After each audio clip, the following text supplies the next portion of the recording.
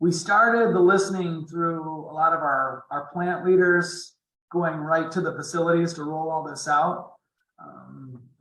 And that was for about 5 years. I kind of drew the line in the sand and, started looking at my calendar and where I was spending my time and realizing that I was doing a lot of things that had value, but not as much value as me going to the front lines of our business and listening to our team members that are building product. I mean, 98% of our team members are on the front lines in the factories, building products for our customers. So, it was an easy decision for me. It came later in our culture journey, but this will be my 6th year in October. I've been doing at least one listening session a week. Did one earlier today with our Florida operation. A lot of them I can do in person because we've got 30 some facilities right here in our backyard, but the ones I can't get to, I'll do virtually. But yeah, I'm committed to, one a week, and, we just gather our frontline leadership that, we've got about 1,000 people in this organization that oversee 14,000.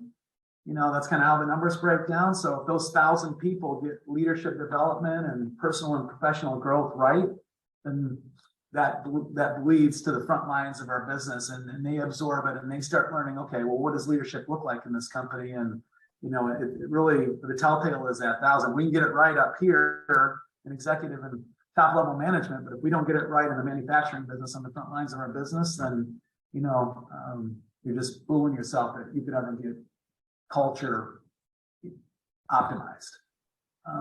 But in terms of so I spent an hour and a half with these frontline leaders, and I spent about 30 minutes just casting vision and, hey, look, what are the most important things that you need to be doing as leaders in the business on the front lines?